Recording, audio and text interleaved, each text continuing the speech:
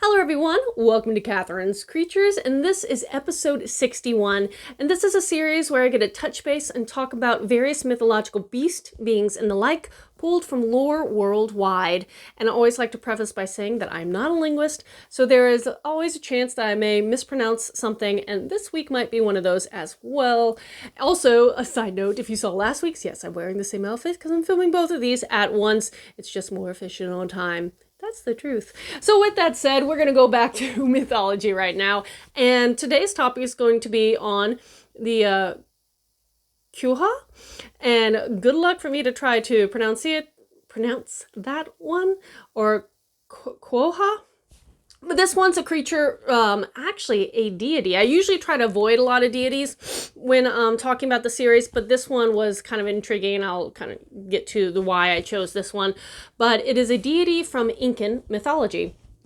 And Qhoa is actually this big feline creature that lives in the sky and is thought to bring rain, storms, rainbows, hail. So a big storm elemental-like creature.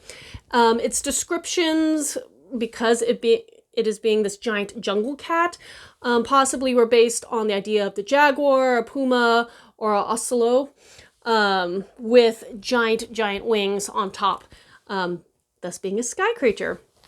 And the Qhoa, or Qhoa, again, trying to figure out how to do this as best I can, it was predominantly just a helpful entity and would help assist, with the crops and fertilization of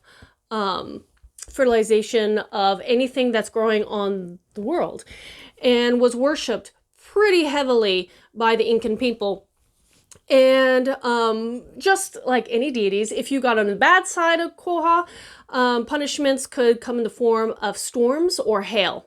So kind of neat that they have this non-humanoid deity. That's why I kind of wanted to choose this creature, because I had never really heard about it before, and it is a deity that, unlike a lot of the other entities from Incan mythos, this one was just very different, being animal. And so going with that, you can kind of envision this giant jaguar with winged creature that would jump from cloud to clouds. It would bring lightning bolts or drop lightning bolts from its eyes when it scanned the ground. The roar was thunder. There's a little TMI, I know, but rain comes from its urine. And the wings are what spurs and creates hail. So this giant creature that could do a lot of damage or bring a lot of benefit to the peoples living in and around that space. Sometimes the Qowa would hang out in some of the higher reaches of the mountains and be seen coming in and out of lagoons in the myth, but for the most part, this was just a nice deity who, if you did right by it, I'm not exactly sure if Qowa is a female male, that's why I'm taking that out, it would, bestow benefits to you. And, I would almost want to assume, and here's an interesting thing, because I don't know, I really should try to see if I could find out if it was given a gender, because it's interesting that certain mythos, when referring to deities, and I know I don't talk about a lot of deities in these, but talking about deities, you either have like the Mother Earth, Demeter from the Greek culture, or you have a very male god that is the fertility god, that also is associated then with crops.